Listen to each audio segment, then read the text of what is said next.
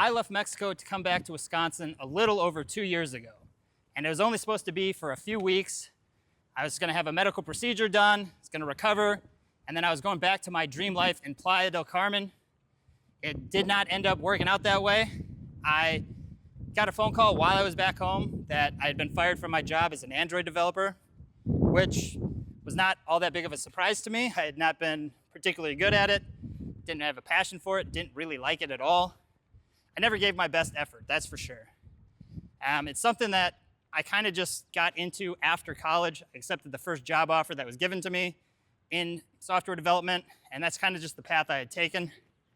But prior to this, when I was living in Mexico, and about March of 2023, about 2 months or so before I got fired, I read the book Rich Dad, Poor Dad. If you've never read that, I highly recommend it. But it taught me that, working this 9 to 5, I'm working a job that I particularly don't like, which is actually affecting my confidence in a big way. Because I'm never gonna be the best version of myself when I know that I'm not giving my best effort, I'm cheating them, I'm cheating myself, I'm doing things that I don't really wanna do. And then the other big factor was that I'm never gonna become wealthy or live the lifestyle that I want working for somebody else. I was making great money, but I was doing stuff that I didn't really wanna do. I was not working for myself. I was at the mercy of an employer. And I think a lot of people realized during COVID, just how much power they really have over you. I know for people in my family, if they didn't get the vaccine, they were gonna get fired from their jobs. When I read this book, it kind of just opened my eyes that I don't want to be that restricted. I want the freedom to live the lifestyle I want. So I read that book, and then I immediately joined a program that would teach me how to become a coach. I knew, this was 2 years ago, I knew that I was very proud of where I had come from after a divorce.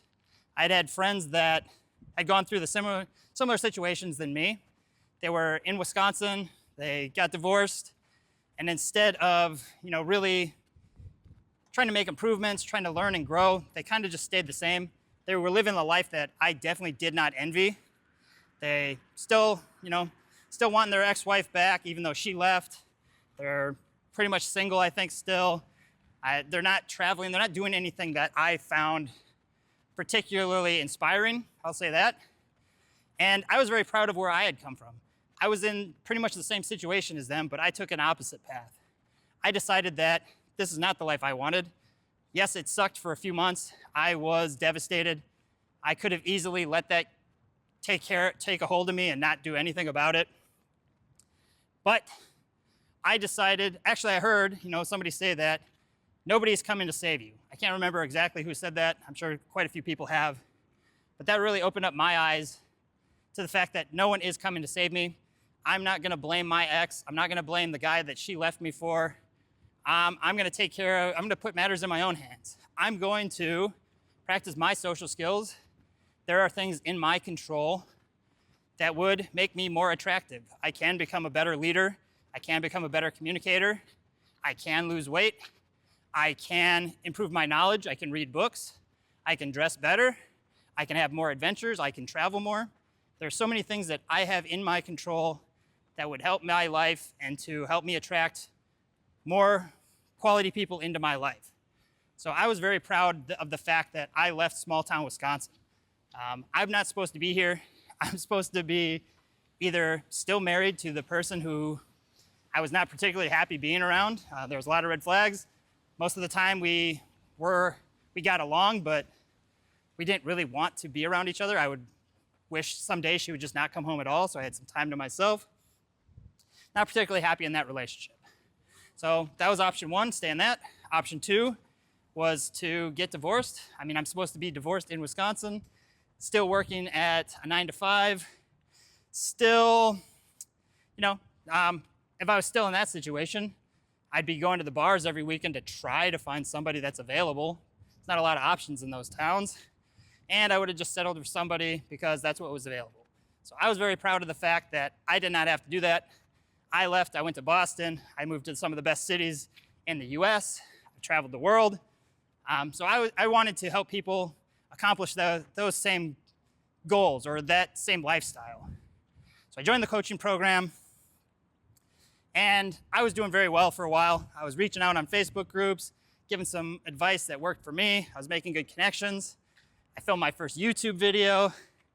And slowly but surely, I started listening to people close to me, people around me saying, who even pays for coaching? Like, shouldn't you just get a job? And, you're not gonna, I was thinking I had to be perfect to post on YouTube. So I made this video, never posted it, slowly stopped messaging on Facebook. And, the dream of coaching slowly went into the background. I was no longer focused on that. I decided that at the time, I was working with two of my friends. We started doing a remote cleaning business. So the way it would work is we would get the leads, we would get them to subcontractors, they would do the cleaning, we'd split the money 50-50. Seemed like a great idea on paper because it gave me the lifestyle I wanted. I'd still be remote, I could do this from anywhere. But very quickly we realized that there's a lot of downsides. You're not actually training these people, you don't know how well of a job they're gonna do. If they do a terrible job, like there's really no one there to go and fix it or make it better. If they don't show up, who are you gonna send back out there? Just a lot of headaches that wasn't worth it. So I guess after that, Ryan and I decided that it didn't really make sense to do the remote cleaning business, so we would start a physical business. So we stayed in Wisconsin. We started the business in September 2023. Like I said, I was wanting to go back to Mexico in like July 2023. Didn't work out. But we started that business 2023, and things were pretty rough to start. I went from being a software developer, making a lot of good money, and living in Mexico, practicing my social skills, to being in cold Wisconsin, not particularly happy, cleaning toilets and cleaning out dirty houses after people moved out. It was not really what I wanted to be doing. I was very tempted to quit a few times because I knew that I wasn't developing the skills I thought I wanted to learn. So we did the cleaning business, getting that up and running. It wasn't until basically April 2024 that we finally got a big client and things kind of started to change around. We were no longer just cleaning houses or doing just small offices for a couple $100 a month. We actually got a big client that could actually, pay us a living wage. So things started to look up. Prior to this, though, I was doing appointment setting because I wanted to practice my social skills still. And I thought doing appointment setting would, if the cleaning business never worked out, doing appointment setting, I could go move to Argentina, I could be remote and, just work my way up until I got good at sales. And being a salesman, I would keep developing my social skills. I could make good money. I have lots of friends who would make tons of money in sales. And I really like doing it. But we got that cleaning business going and I committed to doing that. So we started with that one big client.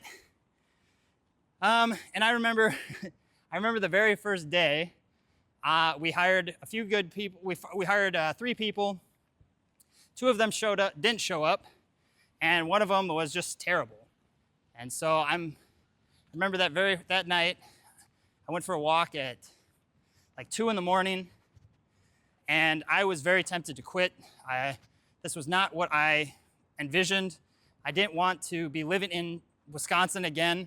If you've never done it, if you go from living, into a big city or living abroad or wherever, and then you have to go back to your hometown when you're almost 40, perception is reality, I guess, but like I felt like I was failing because I lost my job as a high-end, making good money as a software developer. Now I'm cleaning houses and toilets and stuff, and I'm in small town Wisconsin. And when these 2 employees didn't show up, I could not see how this was gonna work out. So I'm going for a walk that night at 2 in the morning thinking, I'm done. I do not want to do this. I'm going to Argentina. I'm gonna figure some sales shit out. I got money saved up. I'll do something else. But I woke up the next morning. I decided I was going to stick it out. I wasn't going to just quit. I didn't. There's plenty of other times where I wanted to quit the business and I didn't, and things just progressively started to pick up. So went back to work that next day, talked to Ryan a little bit, and he told me that, it was never supposed to be easy.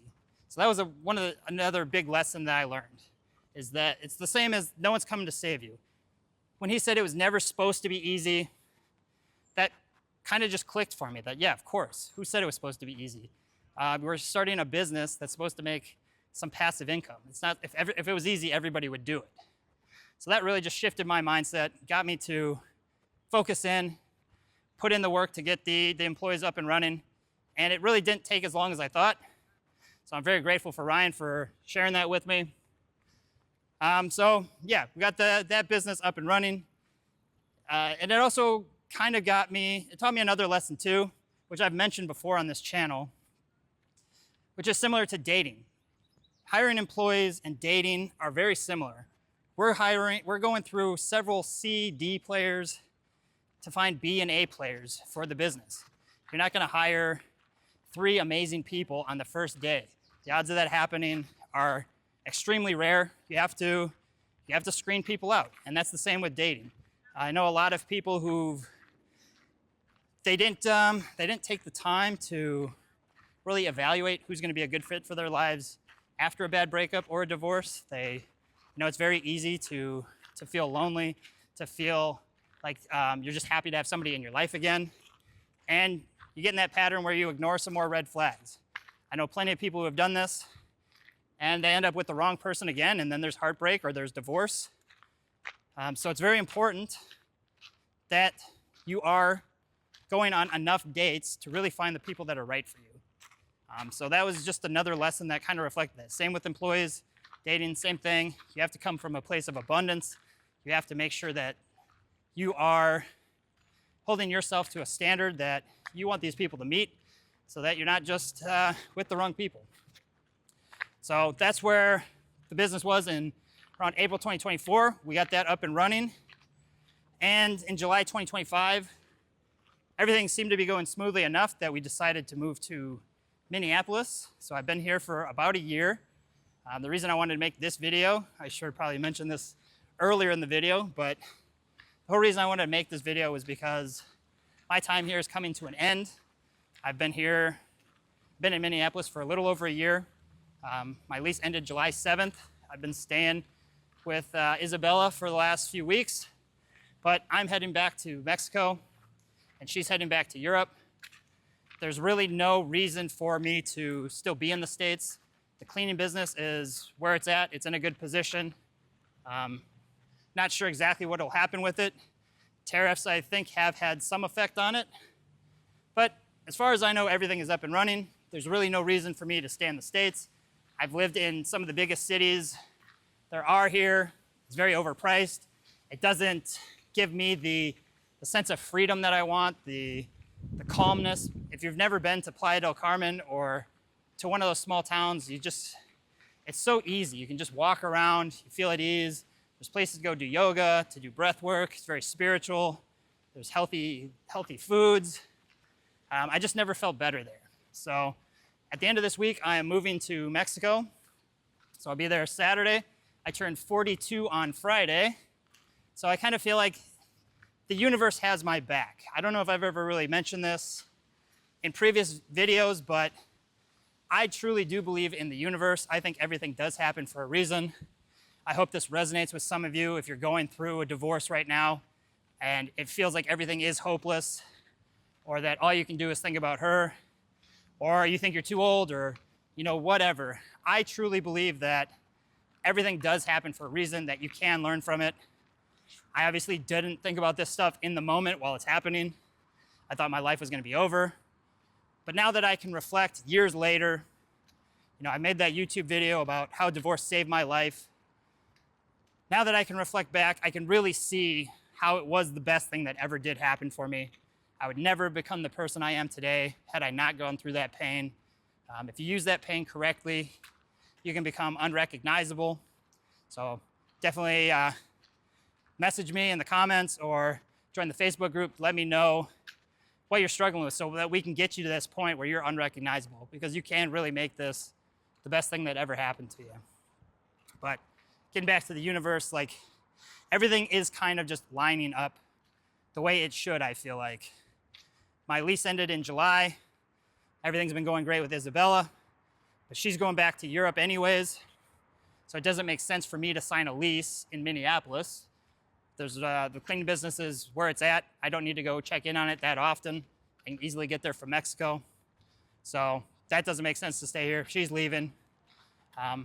It all kind of just aligns at the right time with the coaching business now too. I finally started doing YouTube videos 3 months ago, and I was done waiting for perfection. I saw a video that just said, just post, to get out your phone, post it, and now you're a YouTuber. And then I did that consistently for 90 days. You guys have been great. I didn't realize that I was actually able to help so many people, or that there were so many people in my situation. So I hope that my story can inspire you, can give you some ideas of, what is possible after divorce. Like I said, I am very, very proud of what I have done after divorce, especially after seeing other people's lives that have gone through the same thing. I don't envy their life. Whereas as looking at mine, I feel like it's been pretty fun. I'm not exactly where I want to be financially or spiritually or relationship-wise, but I'm definitely not stuck in the same spot. Had a lot of great people in my life. I wouldn't change it for anything. So that's where I am now. Gonna head to Mexico. My main focus is gonna be YouTube coaching. I wanna be able to help you guys as much as possible. I'm gonna make a lot more videos, a lot more content, just doing everything I can to let you guys know it's possible to move on from this. Obviously, when you hear that from people, you're like, yeah, great, that works for you. It's not gonna work for me. I know I've heard in the comments, like, yeah, we can't all just move to Boston. And you know what, that's true. That you can't do everything the same as somebody else, but that doesn't mean you can't make steps. That doesn't mean you can't envision your life differently. It all starts with awareness. But yeah, so that's the plan. Heading to Mexico, gonna get back to the health, back to coaching. Yeah, so that's where I'm at. I hope you guys are all doing well. There was other things that I was gonna mention. Can't really think of it off the top of my head because it's been a while since I made a video. I was also shooting this earlier, and the sound, for whatever reason, just stopped working. So this is like the third take. But do what you can. I hope you guys are doing great. I'm gonna actually start a new channel. I don't know what I'm gonna name it, probably just John Ken Hammer. So keep an eye out on that. That new channel is just gonna be me showing my life after I turn 42. It's gonna be very little editing, very little, probably no thumbnails, probably very minimal description. It's just gonna be me, daily vlog of what I'm working on at 42. Because it's gonna be more of a documentary for me as well. I wanna see how I'm progressing over the years. If my communication's getting better, if I'm making more money, if I'm repeating old patterns, whatever. It's gonna just be my journey starting over at 42 in a new country. So keep an eye out for that. I'll mention that in later videos. I'll stop rambling for now. I'm gonna go edit this. I'm gonna go visit my parents tomorrow before I leave the country. And yeah, I wish you guys the best. See ya.